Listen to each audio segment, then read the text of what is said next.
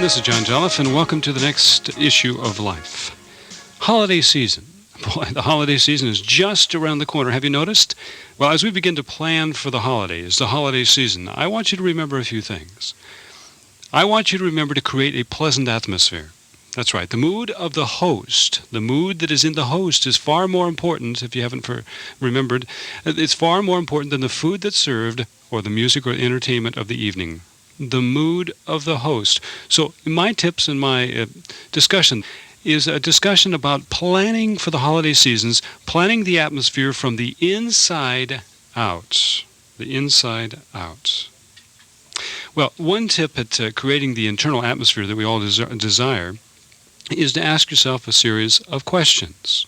Do your own self-analysis, if you will. Ask yourself, how frantic do you become just prior to entertaining? Are you moving around the house at such a frantic breakneck speed? How do you feel about the holidays and entertaining? There's one part of you that says, yes, I'd love to do it. I enjoy that type of entertaining. There's another part of you that just really resents it. Oh, it's just an exhausting experience. Another question would be, how exhausted do you feel after it's all over, after it's all done? Do you ever hear yourself saying, I'm never going to do that again? I want to ask you here, in terms of creating that internal atmosphere, I want you to ask yourself a serious question.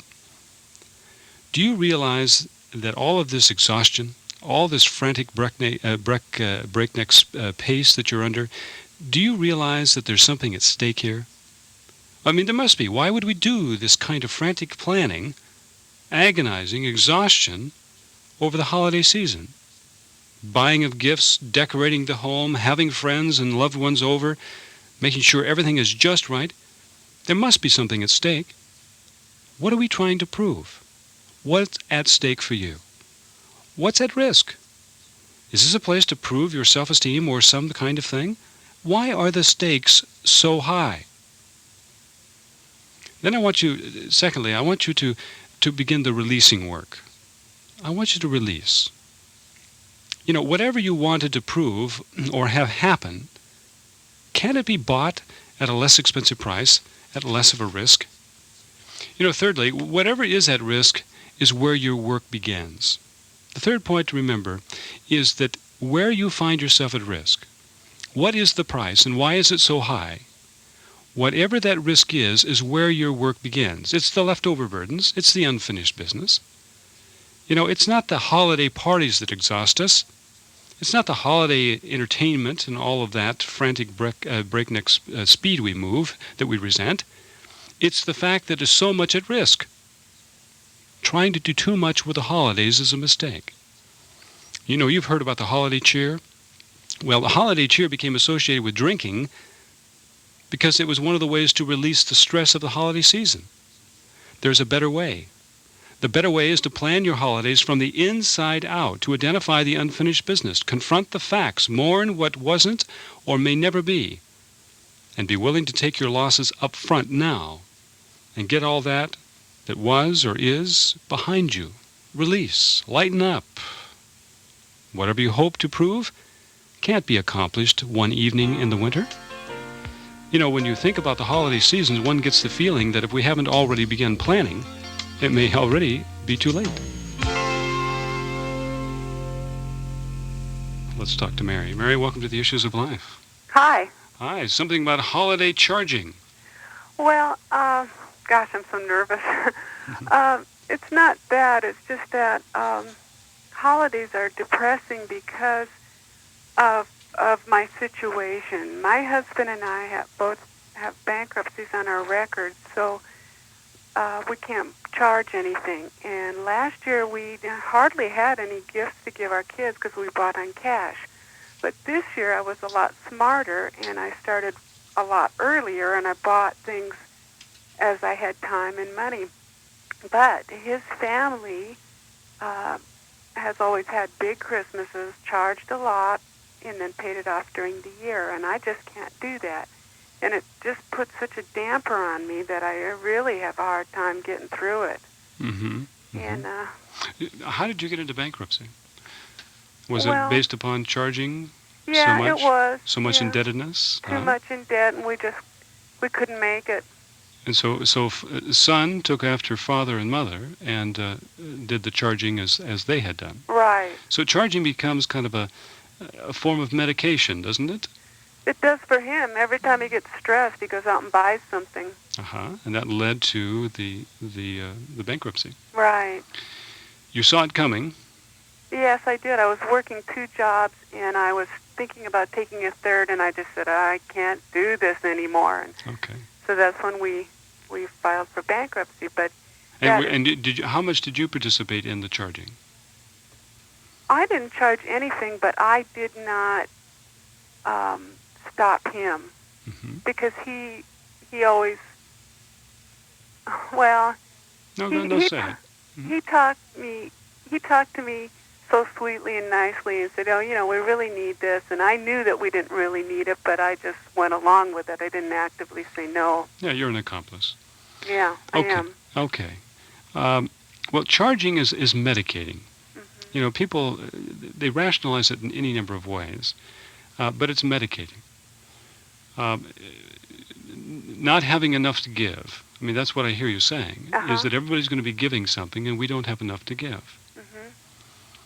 Do you feel as though what the world is doing in terms of this competitive giving, how many times people have said, well, let's just keep this package under the tree in case somebody comes by that either we forgot or somebody gives us something, at least we won't be embarrassed that we don't have something to give them back.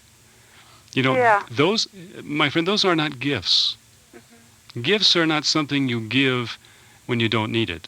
It's kind of like, what was that statement that someone, I think George Carlin once said, here, do you want this? He's talking about the refrigerator. Do you want this? If you don't, I'm going to throw it away. That's not a gift, That's something that's almost garbage. Right. Well, this kind of giving that we do is so competitive. It's so let's cover our tracks kind of giving. It's not from the heart. It's from the self-esteem, or it's from the who's going to love me now variety. Right. Would you agree that what the world is doing in terms of this kind of giving is correct? Yes. Is it correct? No. It's not correct. No, it's not. All right. That's what happens, but it's not correct. Okay. Well, how are we ever going to change it? How are we ever going to get back to the more fundamental principles? The Bible says a very interesting statement. It's a very interesting statement that needs to be understood. It says, "Owe no man nothing or anything, but to love one another." So many people go through their lives, I believe, feeling that they haven't done enough, haven't given enough, that what they have given or what they have done is not enough.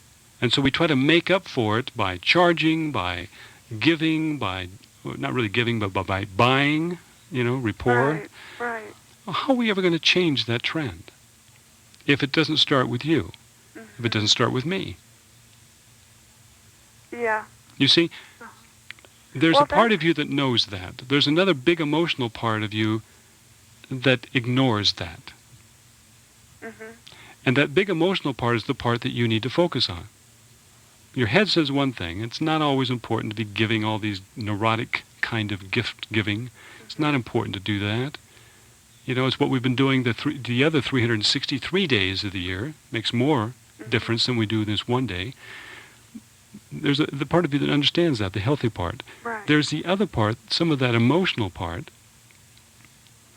that says what? They won't love me if I don't. What are they going to think of us if we don't continue to compete or give as much as we get? Right. What does it say? What are the words? Of my feelings? Yes. I'll feel like a failure. I'll feel like I'm not good enough and that's a problem of mine all the time, is not feeling good enough. And if I can't emotionally, if I can't give gifts that keep up with what everybody else is giving, that I don't fit in anymore. All right. That's how it expresses that one day, or maybe that 30-day period. Or maybe 60 or 70 days in advance of that, you start worrying about that. But how does that low self-esteem show itself the other 9 months a year? The other 10 months a year? How does that low self-esteem express itself then? Because that same issue of your low self-esteem and what you have to do and what you can't do, and all of that conflict is there throughout the whole year. Mhm. It just expresses itself differently at different seasons. Yes. Okay? Yes. So do you know how it expresses itself other times? Probably going along Oh, to get along, not standing up and saying, wait a minute, we're already over our heads in charge cards and indebtedness. You can't have it. I know how badly you want it, but you can't have it. You have a hard time saying no. Exactly. All right. I've been working on that lately, and just last week I was telling my husband, no, we just can't do this. He was so mad at me, and he was so upset, and I felt so bad that, I just said we can't. But you feel very bad for yourself. It's not feeling bad for him. Yeah. You're feeling bad for yourself because you know if he says he's so upset and he's angry or whatever, he might reject you. That's the feeling. He may not love you anymore. You might lose something in relationship with him. Right. Okay. But you see, you'll always be in debt if you're not able to work through that low self-esteem. Do you know where it came from? Do you know some of the history of that? Because if you do, you need to start working on that. It's not a problem of the holiday seasons. It's a problem throughout the whole year. Yeah, it is. Do you see the point? Uh-huh. Are you in counseling now? Are you working on that actively? Do you have a plan to work on that? No, I'm not in counseling. I just know that it's a problem. Okay. And it may be difficult this time because you're so in debt and because of the financial pressures. Mm-hmm. But there's a lot of things that probably you could do. I hate to recommend books because I think the books don't confront you the way another human being would. Let's talk off the air and let's brainstorm a few ideas, okay? Okay. Stay on the line. Mary and I talked about several different things. Certainly doing a family, kind of a family map, trying to find where some of this insecurity came from, some of the feelings surrounding what led to the insecurity is helpful in identifying some of the other emotions, not just the fear and trepidation that oftentimes is so prominent in somebody who lacks security, but some of the other stronger emotions that you can find inside. People with low self-esteem or feel insecure tend to identify with weak feelings, fear, frightened, intimidated. They tend to identify with those. But the things that led up to having low self-esteem are oftentimes those feelings are also very strong feelings as well. It's nice for a person who struggles with low self-esteem or insecurity to start feeling strong feelings as well, like anger or resentment.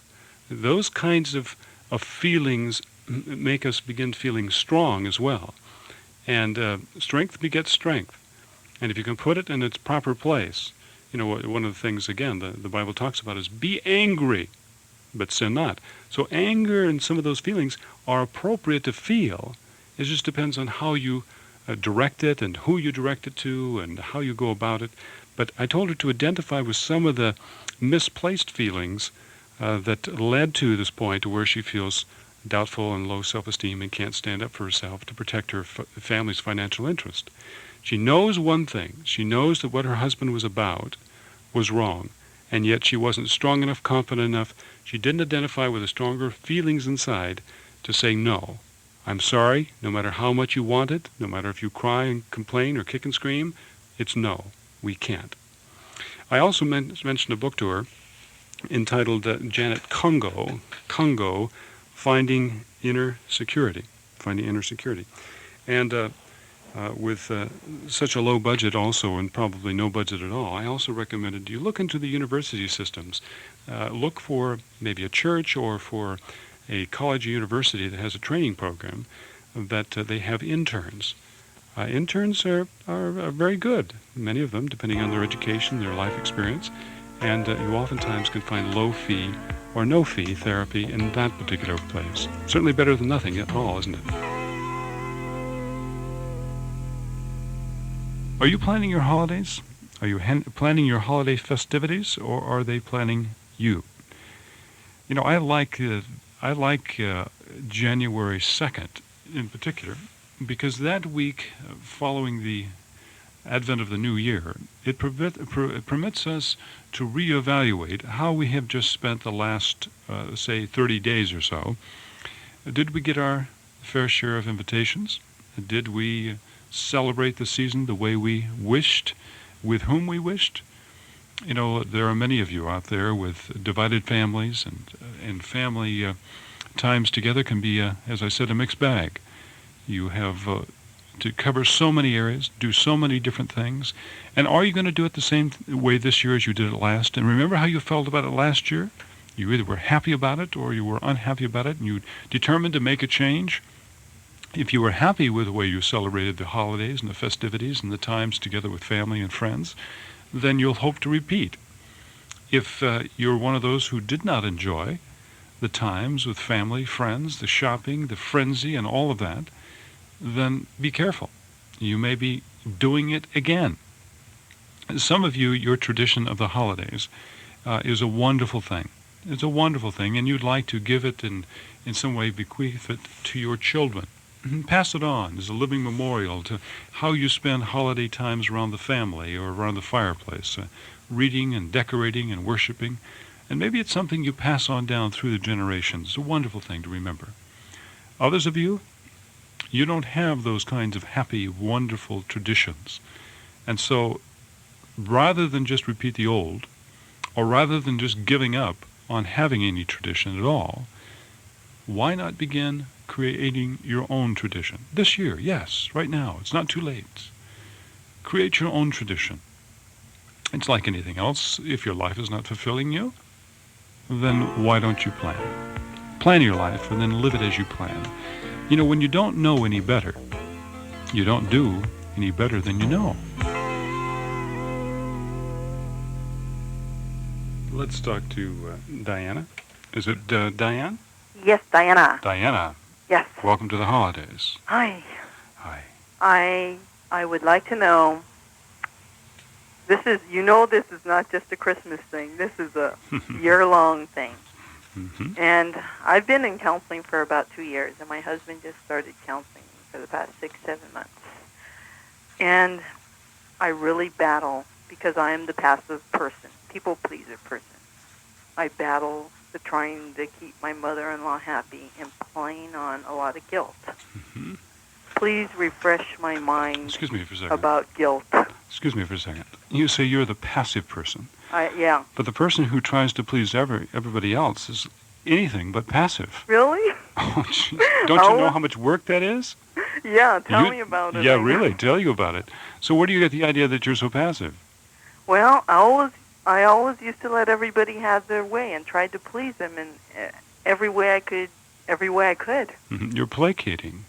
Yeah. Placating is not a passive action. Really? No. Well, I always thought I was a passive person. Now, maybe in the sense that you don't take affirmative action for your own best interests. Maybe in that sense we could say you're passive, but you're anything but lazy or passive.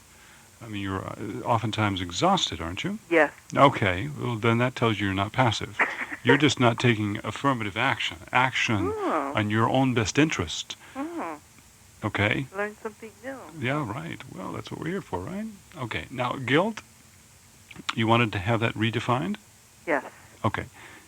Guilt is the anger. It's interesting, we were just talking about this today in the office. There's a big difference between remorse and guilt. Now, we typically think of guilt as, I'm sorry for what I did. I didn't do what I said, and therefore I feel guilty.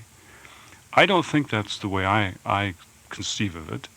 Guilt is really anger that we have towards somebody else that we don't tell them. That's good. And therefore we feel remorseful about that fact. But we have a lot of anger at them. We may not even feel remorseful because we're just angry, but we won't admit it.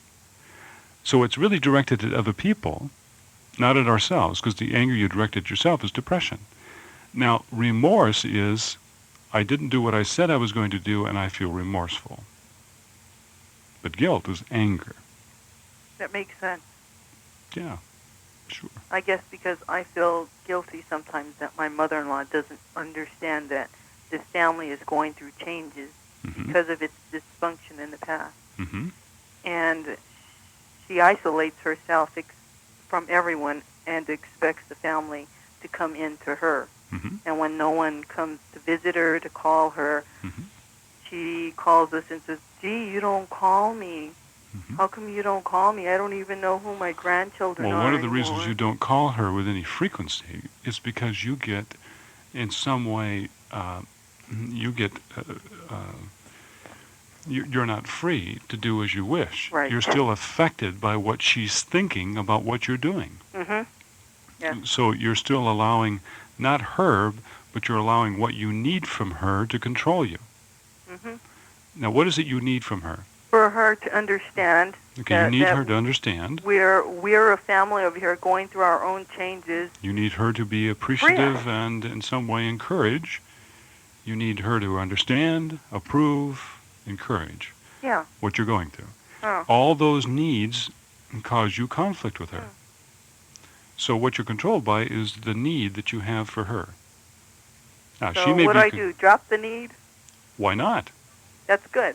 I mean, why not? I mean, it doesn't mean that you don't have to have that need fulfilled, but you don't necessarily arbitrarily have to have it fulfilled by her, Yeah. right? Mm-hmm. Okay, and that's the reason you don't call her and you don't go over and see her, is because you're still controlled by what you need from her. So I'll tell you a good reason to go over and visit with her and to call her every once in a while. You know what the good reason is? What? To measure your progress. How would she be able to measure my progress, or me? Oh, Is we're it back me? to her. We're back to her. No, for you to measure your own progress. Are you still controlled by what you need from her? Did I hear a Yeah, I don't like that part about me that has. There you go. Now we're back to you, and that's a good place to be. Because before you were saying, I don't like that about her. She doesn't fulfill that need. She doesn't give me what I want. I don't like her, so I'm not going to call her. It's what you don't like about yourself that causes you not to call her. So if I don't have that need from her, Right? then it frees me to call her. Yes, why don't you just let her be herself? And therefore, the reason to call her is to measure how well you're doing with yourself. That's good. That makes sense. Because when she says, I never get to see my grandkids, and I'm going to die before, I get to see them again, and, all those things, right? And we're only 10 minutes away. Yeah. Yeah, you're only 10 minutes away. We hear it You all can, the time. yeah, you can hear all the things that you've heard before, Mm-hmm. and it doesn't have to affect you because you don't need anything from her. You can still, and you can comment back to her, kinder comments. Oh, well, we'll come by. Why don't we go get hamburgers or pizza? Do you want to go with us, get pizza and hamburgers? And when you're not affected by her, she might see more of you. Because you're not going to be so affected. Oh, Right? yeah, that makes sense. Sure it does. I Now, couldn't figure out why I was affected by her. well, now you take that insight and you call me back and let me know how the holidays go differently this year. Oh, that sounds good. Well, you- It sounds too simple, too. Mm-hmm. Gospel always is. Okay. Okay? Flush out the old and in with the new. Okay, Diane. Okay, thank you, Don. Bye-bye. Bye-bye. Happy holidays. All right, let's talk to Wendy. Wendy, welcome to the Issues. Hello. Hello. How can I help you, Wendy? Oh, I was calling. It's funny. My husband called me from his car when Diane called about her mother-in-law because he thought it was me using an alias. Well, no, you're not using an alias. No, this is me. I've been threatening to call for my mother-in-law for years, and when it comes to holidays, just like she said, it gets just much more intense, and I could lay on your couch from now to kingdom come and still not understand my mother-in-law, I'm sure. But Did you find it interesting, Wendy, that I was talking less about mother-in-law and more about Diana? yeah, what So we I- don't have to understand mother-in-law to a great extent as long as we understand the Wendy. right? Yeah. She, my mother-in-law is just sour and bitter and manipulating, and it's just real sad. I mean, she's got a real nice side to her, but it rarely shows. When it comes to holidays, when it comes to anything, she's just so manipulating. It has to be exactly her way, and she and her husband divorced, and they're remarried, and then I have my parents, and there's so many families to see around holidays. We can't spend every one on the exact day with her. Yeah, if you have a So- lot of families, there's only one at Christmas Eve. Right. Yeah. So we just came to the conclusion that the night before Christmas Eve, she'll spend the night, and then Christmas Eve morning we'll have our Christmas with her. But nothing is good enough for her. And this year we just said, that's it. We can't do it all. We've got a family of 5, us personally, and I said, we just can't do it all. So this is just the way it's going to have to be. And her response? Well, she calls 3, 4 times a week now complaining that she's not going to see us on Christmas and no one loves her, and what if she's not here next year? And very childlike. Yeah, and it's just always that way. And so we just say, well, that's just the way it's going to have to be. But is there some way to get over her calling me and whining? That's not your mother-in-law in the background, is it? No, it's my 1-year-old. Oh, your 1-year-old, okay. I wondered about what your question is? Is there any way you can do what without... I don't know. I mean, is there any way... I don't know. I don't know. She frustrates me so much. I have to hear her call and whine forever now because we're not going to see her on the holiday. And before each holiday starts, she'll start in summer talking about, well, who's going to get to see you this Christmas? Well, I don't ever get to see you. She's our closest relative, mother-in-law. We see her 2, 3 times a month. She spends the night. We see her more than anyone else, and still I have to listen to her whine and complain all the time. Why not to frame it in the form of disappointment? Okay? Acknowledge that you hear her disappointment. Oh, Mother, I hear your disappointment. We're disappointed too. But, I think we're going to get through it okay. Listen, by the way, what are you doing with, or how is, you see what I mean? Acknowledge her disappointment. Don't live there in the acknowledgement, but just acknowledge it. She's disappointed, you're disappointed, or whatever, and move on. And if she comes back saying, Mother, I hear your disappointment, we're going to all live through that. Listen, I've got to go. I've got some things going on and things like that. And you get off the line. You don't continue to sit on the line. If we sit on the line, it's because we're afraid of or... Well, usually she hangs up on me. That is similar to what I say, and she hangs up on me. And okay. If she's at our house, she runs and slams the door and drives home. Okay, that's her style. I have a couple of friends of mine, very, very kind of strange kind of behavior, telephone behavior. One friend of mine, when you call, he never answers. He just picks up the phone. He never says hello. Okay? He never says hello. And then I have another friend who never says goodbye. He just hangs up. And when he's finished, he just hangs up. And it's been that way since high school. I mean, I love it. I think it's a wonderful, mosaic of personalities. And that's your mother's style. Your mother-in-law's style is to, if you tell her what you're really thinking and feeling, she hangs up. Okay, as long as you don't have a lot of needs and don't feel affected by that and you're not a target, that's just the way she says goodbye. And if you're not affected, then the kids are. I'm not. But they say, how come Grandma's always so mean? How come Grandma's always running out the door? How come Grandma's always screaming? How come, I would say she's not so mean. That's just the way grandmother is. Some grandmothers are that way. I mean, your grandmother is that way. But just make sure that you don't personalize it, because it's something going on in Grandma, and we just have to accept Grandma that way because we can't change people. We can't change Grandma. We can't change other people. Okay, so it's a good object lesson for children, for everybody else. I mean, we can't get your 1-year-old to talk to me on the phone, can we?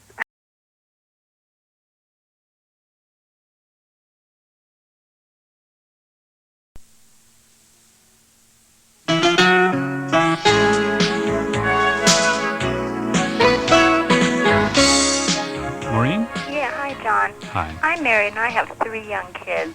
And every year when Christmas comes around, it seems like it's getting worse and worse every year with the depression for me, because my husband and I have such different traditions. We have different cultures.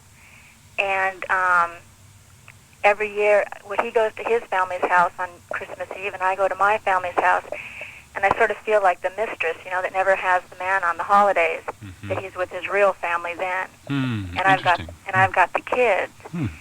And I don't know, it's been really depressing. And I was wondering if you had any ideas on how we could solve this.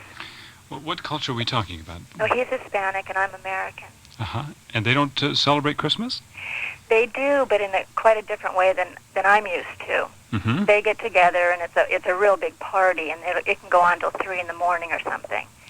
And my culture was that we were usually in bed early, and then the next morning was the important time. Well, are we talking about cultural differences, or are we talking about this as being a convenient stage upon which to play out some kind of drama that's going on between you and your husband? It seems to me that it would be a wonderful thing to be able to share a different culture, cultural experience and expression of their faith in the holidays.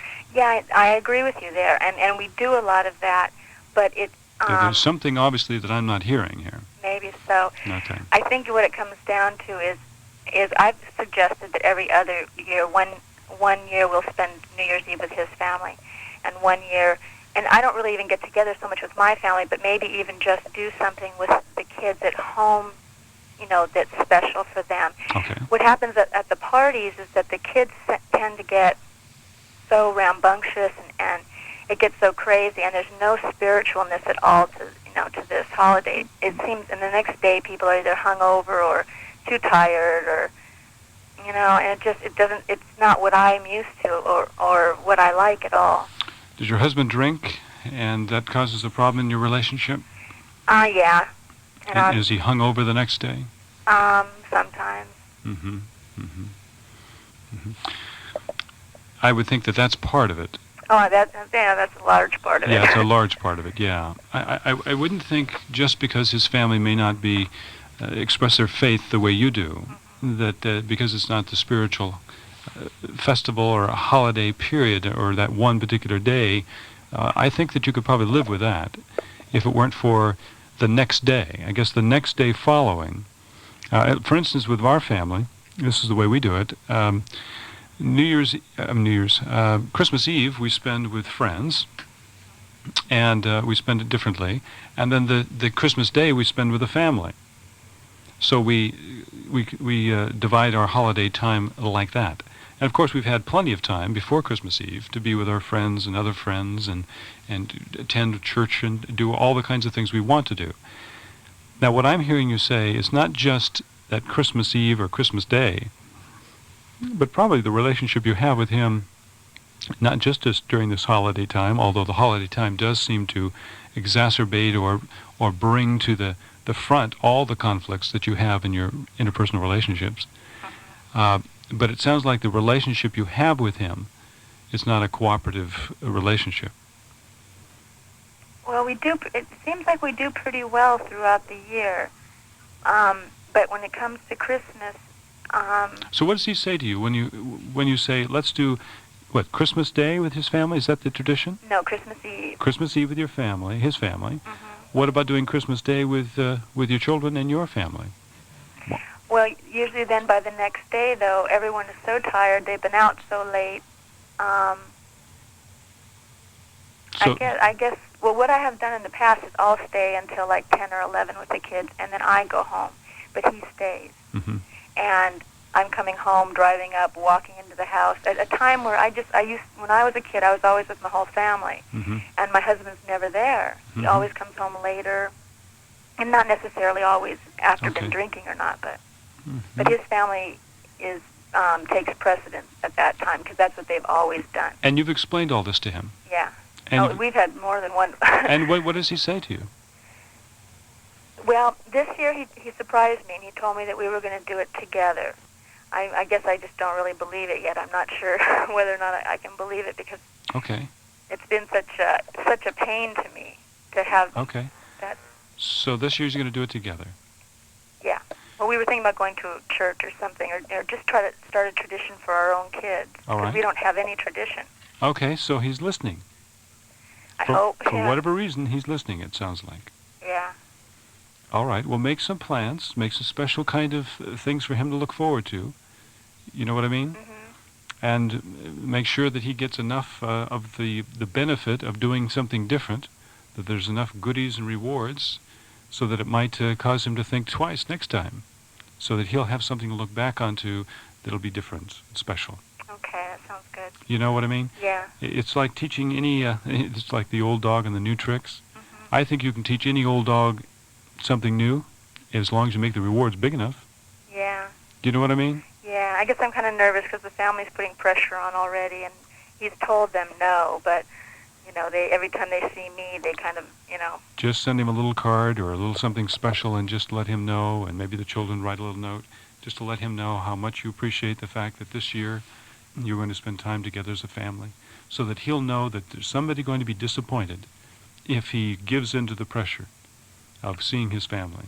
okay, You know what I mean? yeah, And if the pressure gets too great, what you might do, if he becomes, if he feels like he's between a rock and a hard place, you might say, all right, and this is only the very end, don't suggest this too soon, but if at the very end he's just saying, I've got to go, I'm sorry, I got to go, rather than make a conflict over it, why not just say, I'll agree to go with you, but we have to leave by a certain time, and make it early, so that we can have that early evening together, maybe 9 o'clock, 10 o'clock at the latest, and you come home together. Agree with me on that, you must ask, you see, so that you can begin having that more and more of that time the next day that you're used to as your own childhood. Yeah. Okay? Okay, thanks a lot. Good deal. Okay. Bye-bye. Bye-bye. Yeah, much of life is accommodation, rewarding and being grateful for and talking about and planting seeds. You don't know that maybe you're like Maureen. Maybe you're facing something like she's facing this year. And you plant the seeds one more time or water the seeds again. You don't know when they're going to take harvest, but there will be a harvest at some point. You just have to be patient and try to negotiate. And if somebody's willing to try something brand new, make sure that they're rewarded for that. Make sure that they have enough goodies in doing something brand new that they might look back and say, gee, that really was different. That was fun. Debbie, welcome to the Issues of Life. Hi. Hi, Debbie. Christmas is the topic of holidays is all coming up now, a day now, Yes. and I'm having my in-laws visiting this weekend, and I know it's going to come up about us visiting them at Christmas time because essentially it is their turn this year. And I dread the thought of having Christmas there, and I don't know if, I feel like this is kind of a selfish thought, and I guess I want to hear your opinion on it. And it's because my in-laws kind of view Christmas as just like another day, and I was raised with it being really special and lots of different things that go into it, and they view it as the family being together and having dinner together, and that's really neat. And I view it that way too, but over and above that, my family has made a special effort in it. Okay, let me suggest something to you. You're a Christian, and so that's a very special day for you, and you like to have people share in that special time. Let me ask you to rely upon some insight that you operate with every day of your life. And let's see if we can apply it to that Christmas day that you spend with your in-laws. Now, they're not going to go away, and neither is Christmas. Well, I don't have to spend it with them. You don't? No, it is their turn. All right. But I could just, kind of weasel out of it a little bit. You could do it. Well, I mean, a little bit. I mean, I could weasel out the fact that we'd spend actually Christmas Day, and then that way we could actually have a celebration that's something of the same nature that. Well, what is the invitation? To spend all day Christmas Day? No, actually, to spend days up there. Oh, several days. Yeah. Christmas Eve, Christmas Day, and alike. Probably within the whole season of it all, and that's, and now that we have a son, I really am excited about. Yeah, I understand. Well, how could you weasel out of it a bit? Are you suggesting one day versus another, not the whole Christmas season? Well, I would probably just try to see if we could go up afterwards. But I don't know I don't want to hurt their feelings because they are the way they are, and that's just the way they're comfortable with it. And how often do they get their turn? Is it every other year, or is it every 3 years or so? Well, one set gets Thanksgiving, and the other set gets Christmas, and they alternate every year. Yeah, we're supposed to, but. And how far are they from home? Oh, not too far, just about 3 hours. Oh, 3 hours? Yeah. And they want you to come up there and stay there? Yeah. For 3 days? Yeah. a give or take or two, but they're really relaxed type people that, if whatever's best for us is kind of their opinions. Oh, so you could go up there for the day. Yeah, and we could even skip out on Christmas Day, but I don't want to have that hurt them. What about a compromise? Why don't you reach a compromise? It's every other year. Why don't you reach a compromise? Yeah, it is every other year at this point, Okay. and we have spent it up there, not last year, but the year afterwards. Why don't you And I reach a was so compromise, depressed. Debbie? Pardon? Well, you were depressed because you didn't reach a compromise. You spent 3 long days, perhaps. Why don't you reach a compromise? Now, what would a compromise be? It's every other year. What's a compromise for you? When those every other years come, what could you do? But how awful. I mean, I don't even want to compromise 1 year away from something really fun and exciting. Wait a minute. No. Every other year, you have to come up with a compromise. Now, I'm not saying compromise every other year. I'm saying every other year when you're confronted with the invitation to go up there for Christmas, reach a compromise for that period. And what would the compromise be? Think this through. I think it would probably be that we would just not have the celebrations like I'm used to. Yeah, but you're not thinking in terms of compromise. You're just thinking in terms of loss. Right, that's a major loss. What would the compromise be every other year? In those, there's 2 or 3 days there, isn't there? At least, or maybe more. Maybe more, okay. But how could you go there, celebrate family time, dinner time, whatever it represents, that time of year, to them, but still retain some of the value for you? How could you compromise every other year? I don't know. Do you have any suggestions? Sure I do, but I want you to think. I want you to think more in terms of just losing. I want you to think in terms of compromise. I guess what I could do is just bring up the stockings and bring up all the frivolous, kind of stuff. But it hurts me to see them not be excited about, like my parents are, they're excited. But let me show you something, Debbie. Every day of your life, you are surrounded by people who do not believe and do not feel and are not excited about the same things that you're excited about. Right. Whether it's theological, psychological, or whatever. Pick your Right. subject. You don't isolate yourself from these people, do you? No, but at Christmas time it could be very depressing. Don't you think so? It is what you make it, isn't it? Yeah, and I don't know how to. I've got some bad news for you. Yeah. Maybe bad news for you. I don't think you could prove that Jesus Christ was born on the 25th of December. Now, you know that, right? Right? I know. So what you're saying is maybe we can have Christmas here before we leave. You can have Christmas any day you wish to worship what you believe in the Savior. You can do that any day of the year. What I was going to suggest is that perhaps it's every other year. Perhaps if they're that flexible, you could go up for Christmas Eve, come home for Christmas Day, or go up Christmas Day and have Christmas Eve and the opening of gifts and the celebration around your home on Christmas morning, and then after that morning, in the afternoon, drive up, stay the balance of Christmas Day, over Christmas Day to the next day, and spend that time up there. It's just every other year. You could reach a compromise in doing something like that, couldn't you? This is John Jolliffe, and I was talking to Debbie, and it was interesting. Debbie, you didn't get a chance to hear this. I was talking to Debbie, and I had made that recommendation about spend Christmas home with your family and, with your parents and your family. Open gifts, do the celebrating that you enjoy, and then say you're on 10 o'clock, 11 o'clock on Christmas Day morning, drive up to your in-laws and spend that day, the balance of Christmas Day, and maybe overnight and a couple days with them, and let that be the compromise, and it's just every other year. And she said, I think that's a great idea. Well, that was the second time I suggested it. The first time she didn't hear me. And I said, Debbie, let me explain something to you. Your attitude, the boundaries that you have established are so rigid. You're so apprehensive about somebody taking things away from you that you truly enjoy, like the celebration of Christmas, that you didn't even hear another option, another suggestion. Your boundaries were not flexible enough to entertain that this could be worked out. You were so certain that you were just going to have to give up Christmas every other year that you enjoyed so much. So be flexible. Find the options. Look at your boundaries and see if they're not maybe too rigid.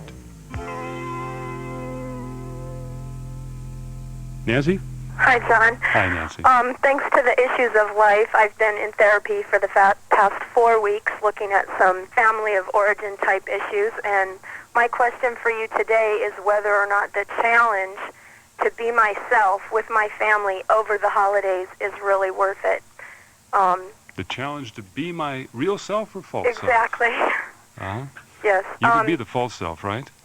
What was that? You can be the false self. Yeah, I've done that for 30 years. And what is the false self?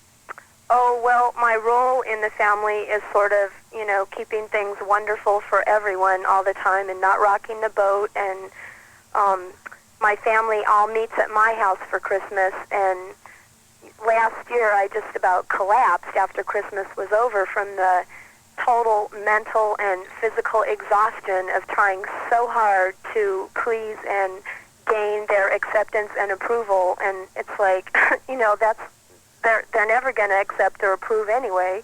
Mm-hmm. And what happened this morning is my sister called, typically the way she always does, to let me know that she would be leaving her house from Orange County. She'd be leaving around noon, so that means she'll be showing up here around 2 or 3, missing breakfast, missing opening the presents. And so what I would normally do is like rearrange the whole day to accommodate her or whatever, and tell her that was fine, that we would work it all out. And instead of doing that this time, I told her that I was really disappointed and that, it seemed like there was always something that was more important than being with her family. Mm-hmm. And she got real upset. She ended up slamming the phone down in my ear. She hung up on me.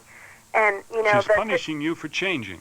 Pardon me? She's punishing you for being different. Exactly, and that's what the therapist just told me this week, that typically the response of the family of a person that is growing up emotionally is change back. We Yes, liked you better the old way. We'll make it so difficult for you to be new or to be different. Oh, you see? The price that you have to pay. Mm-hmm. That's right. But see, if it didn't have such a price, it wouldn't be worth it. If it was just simple and easy, we wouldn't really call it success. Mm-hmm. Well, I finally gotten to the point where I recognized that the cost of not being myself is definitely not worth it. Mm-hmm. And I want so desperately to we have a 2-year-old, she's our first child, and I want Christmas to be a Christian, loving, harmonious memory in her heart. Tradition. I want to make a memory for this child, and there's so much family tension flying around, and none of my family are Christians. And it's just so hard to be ourselves around them. Now, Does anybody have to change? Does your sister have to come early to do it your way?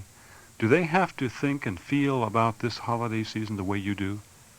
No, but I just wanted to I just wanted to cop up to the fact that I was disappointed. I told her, okay, well, that's fine, but you will be missing breakfast and opening the presents. Okay. Now, in your healing, as you continue your growing, you will answer my question and just say no. Not with a no but. Say that again? All right. My question was, does anybody have to change for you? Do they have to do it your way? Do they have to feel about Christmas and Christ and all of that stuff? Do they have to feel the way you feel? When you grow a little more, your answer will be no. I see. And not a no but. You see, because behind the but is all this defensiveness and all this, yeah, but I want you to understand my motives, and I want you to understand what I want, and I want to... Right. That stuff gets you into a drama with them. So All you need to do is express what you would like and express your disappointment. You don't have to make that make sense. You don't have to apologize for what you think and feel. Mm-hmm. You just say it. Mm-hmm. And when they want to get into some drama with you and argue the point endlessly and defend themselves, you don't get sucked into that, do you? Okay. Not when you get a little more mature, a little more confident that what you think and feel is just as valid as what they think and believe. Mm-hmm. Well, when she slammed down the phone in my ear for expressing the way I felt, I just felt like, see, I'm really not allowed to feel the way I feel. And now, then I left the house and she called. Oh, but see, hold on. Wait, let me back up just a moment. Uh-huh. That childlike belief that says, I'm not allowed to think and feel the way I think and feel, is still childlike because it really says that I'm not allowed unless I'm given permission. Uh-huh. I can't stay up and watch TV. I can't come in at 11:30 or 12 unless my mom and dad tell me I can. I can't do anything unless somebody gives me the permission. But as you grow up, and as you now are a woman yourself with a family of your own, you don't have to ask your sister or mom or dad's permission to stay up and watch the Late Late Show, or to go and come as you wish, or to believe in what you believe. You're a person in your own right. I see. So the only person holding you back now is Myself. exactly that little part of you that still wants everybody to agree and give you permission. Uh-huh. So when she slams down the phone, you say to yourself, oh, I see. She doesn't want me to do what I want to do, and she won't allow me to express my thoughts and feelings. But you know something? I don't need her permission. I'm allowing myself to disagree with her. Mm. And I can now see who owns the greater problem. Mm-hmm. And so when she calls back, which she should be doing this afternoon, Okay. what then? What then? What does the mature part of you say? How does the mature part act? Oh, gosh. Does the mature part become apprehensive that someone's going to call and take away my freedom and not give me the permission? Well, see, I would really like to let her know that I didn't appreciate being hung up on. Okay. Okay. Is that more defense? Oh, it's sharing your thoughts and feelings. I didn't, Carolyn, whatever her name is. Carolyn? Me? No, I'm speaking to your sister. Oh, D. Well, okay, D. D, I sensed that you were very angry with me today as you hung up the phone the other day. Are you feeling any better about it? I mean, I don't understand why you did that. Maybe you could explain. But you're not looking for her to, in some way, tell you that what you said and thought, you're not looking for her to say, gee, I thought it over, and you're really being reasonable. And I think Nancy, what you want to do is just fine. And I think everything you told me is probably right on. And Well, see, that's my role in the family to tell her that. yeah, right. Yeah. But when you do that, you're doing it for a reason, right? To appease, Yes. to compromise, Right. to keep peace at any price, to go along to get along. Uh-huh. And when you keep doing that, you start eroding what it is that you really think and feel. And that's Because what what you I'm really trying think so and feel hard is to not what you're snap out saying. of. That's right. What you really think and feel is not what you're saying. Mm-hmm. You don't feel so appeasing. Okay? Mm-hmm. You can turn your cheek, but you can still utter the same feelings. Mm-hmm. You know what I mean? Turn the cheek, but still keep your perspective. And don't lose yourself. And if you lose your perspective, and if you lose what it is that you were looking for in having a new tradition for your home and family, you've only got one person to blame. Yes. Yeah. Okay. So why blame her? Get ahead. Okay, John. Okay? Merry Christmas, and thank you again for that wonderful referral service. Interesting to listen, if you're listening quietly and carefully, listening to all the rationalizations surrounding the purchasing of Christmas trees, packaging, buying gifts, card buying, gift giving, party attending. I mean, I think it's all so very interesting, don't you? I mean, it's an analyst's fantasy land. Holiday habits. I mean, somebody was telling me the other day that with the cost of Christmas trees rising and rising and rising, the better way to look at the cost is like an expensive plant that you keep around for perhaps 2 weeks to a month. Interesting. All the rationalizations about doing the same thing we did last year, doing it again. One person I was talking to showed me a card that they'd been sent. They received a card, a Christmas card, but the person only signed it. Just kind of on the bottom there was just a little signature. I mean, this person had meant a lot to this person, and yet what was on the card? Just a little signature. I mean, the person who sent that put more energy in addressing the card than in some special message or anything. I mean, just send me the envelope. I mean, put the return address on it. I'll know who it's from, but save yourself the expense of purchasing the card. I mean, if you're not going to say anything, if you're not going to say anything personal, I've got all the traditional Christmas messages memorized. Just send me the envelope with the return address and it'll be done. I mean, you'll get credit. And if you're in the habit of card sending, but you're not likely to send a personal message, but you've just got this card habit that you have to send, well, don't sign it, and then I'll use it next year. Well, there's many reasons for giving as there are gifts to give. I think the most popular reason that people give gifts is to acknowledge that you have kind thoughts about other people, and the giving of that particular gift is a celebration of that fact. It's a love gift. It's a friend gift. I think the most denied reason is the obligatory giving. The obligatory giving. That happens frequently, too frequently. And what would they think if they didn't receive a gift from us? These obligatory gifts, I think, are one level removed from white elephant gifts. Where we inventory for those white elephant parties. I wondered if you also knew that proportionally there are more white elephant parties between January and March than any other time of the year. I mean, you don't need your doctorate to figure that out. I think the most unappreciated gift is the one that we give others who surprise us with their unexpected giving. I mean, you run into the kitchen, you're hoping upon hope that your spouse got a few extra gifts just in case. That's the emotional insurance kind of giving. These are the gifts that are placed in the back of the tree, far enough removed from those special gifts, just so that someone you care about doesn't get one of those insurance gifts by mistake.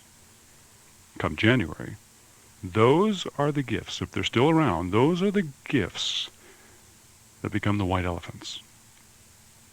Now, I think the most coveted gift that we can ever give another is not a gift at all. Interesting. It's not a gift at all.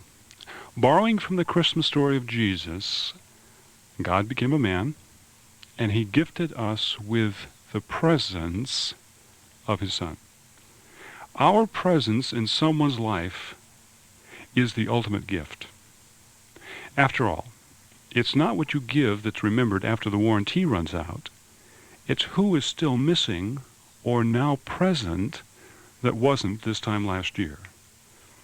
Give the gift that keeps on giving, or potentially could, your commitment, your love, and your accessibility. Give yourself in personal ways this coming year. Commit to that. And keep your commitment.